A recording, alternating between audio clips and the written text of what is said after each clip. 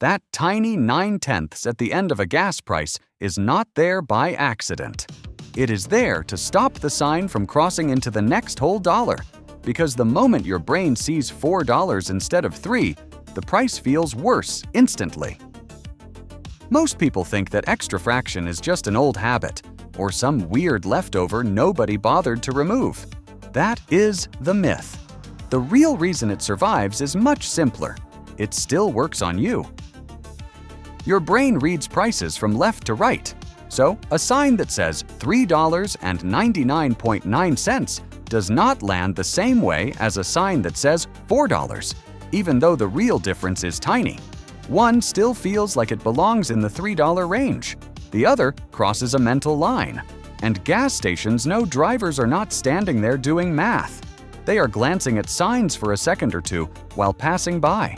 That means the price is built for perception first. The fraction at the end is not really about helping you measure the cost more accurately.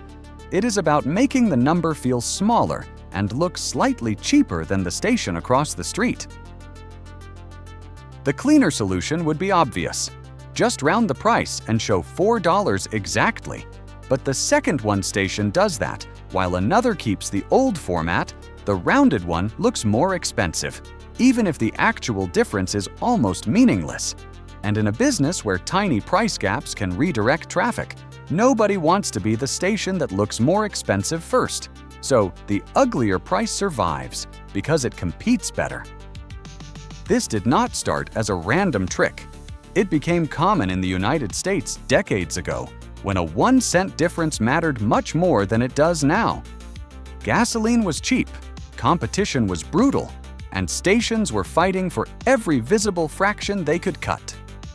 At the same time, fuel pumps could already measure very precise amounts, so pricing down to fractions of a cent was easy to display. Then the system stuck. What began as a small competitive edge turned into a retail standard. And once customers got used to seeing those prices everywhere, the format stopped looking strange and started looking normal. So yes, gas is priced to trick your brain, but not in some dramatic conspiracy way. It is a legal, standardized pricing format that stayed alive because it keeps doing its job. The sign is not trying to help you think clearly about the real cost. It is trying to keep the number from feeling like the next dollar up.